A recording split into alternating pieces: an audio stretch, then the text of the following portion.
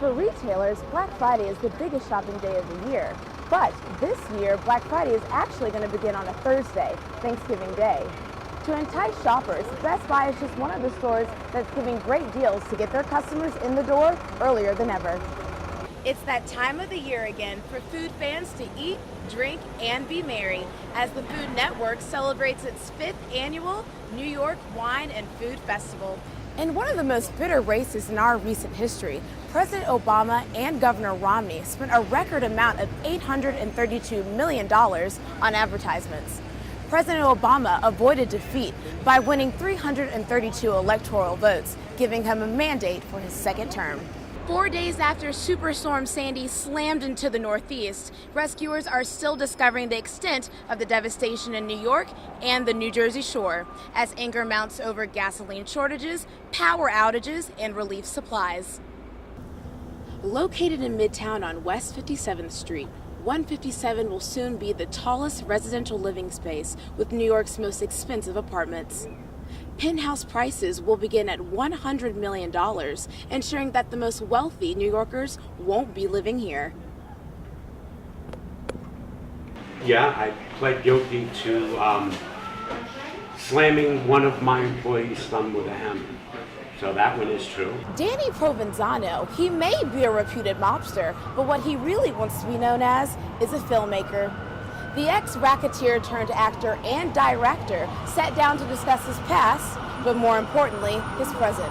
On September 29th, as world leaders gather in New York for this Leaders of Global Poverty Project say they are utilizing the power of media to bring awareness to social issues and say that they are giving everyone a chance to be a part of a movement for change at the Global Citizen Festival. On September 29th, over 60,000 changemakers will converge in Central Park, New York for the Global Citizen Festival. This massive advocacy event will bring together major artists, including Neil Young and the Foo Fighters, to put the movement to end extreme poverty in the headlines. For anyone that didn't obtain tickets, everyone still had access to the festival, as it was webcast live internationally. It's just what you'd expect from a guy who had a Swiss bank account. Whatever happened to hope and change? If television ad spending is any guide, the 2012 White House race will come down to 10 states that have absorbed an eye-popping $350 million in commercials, setting records for the most negative campaign. As Americans prepare to head to the polls for the 2012 presidential election, airwaves have been littered with paid advertising.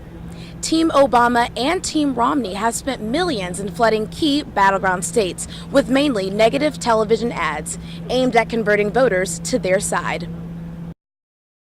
Washington, D.C. political media producer Zach Hanover sat down to discuss the power, efficiency, and effectiveness behind creating political negative advertisements. Citations in all of our, especially negative ads, is extremely important. We have an internal process here in our company that is very extensive. At least 6 or 7 people not only review the research, but also review the ad to make sure everything's cited correctly before it even goes out the door. Knowing that negative television advertising has the power to shift voter perception, the 2012 presidential campaign has been an expensive battle.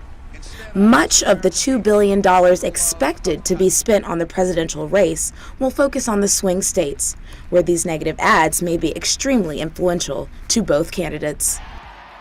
This is Philonise Kirkwood, NYFA News, New York.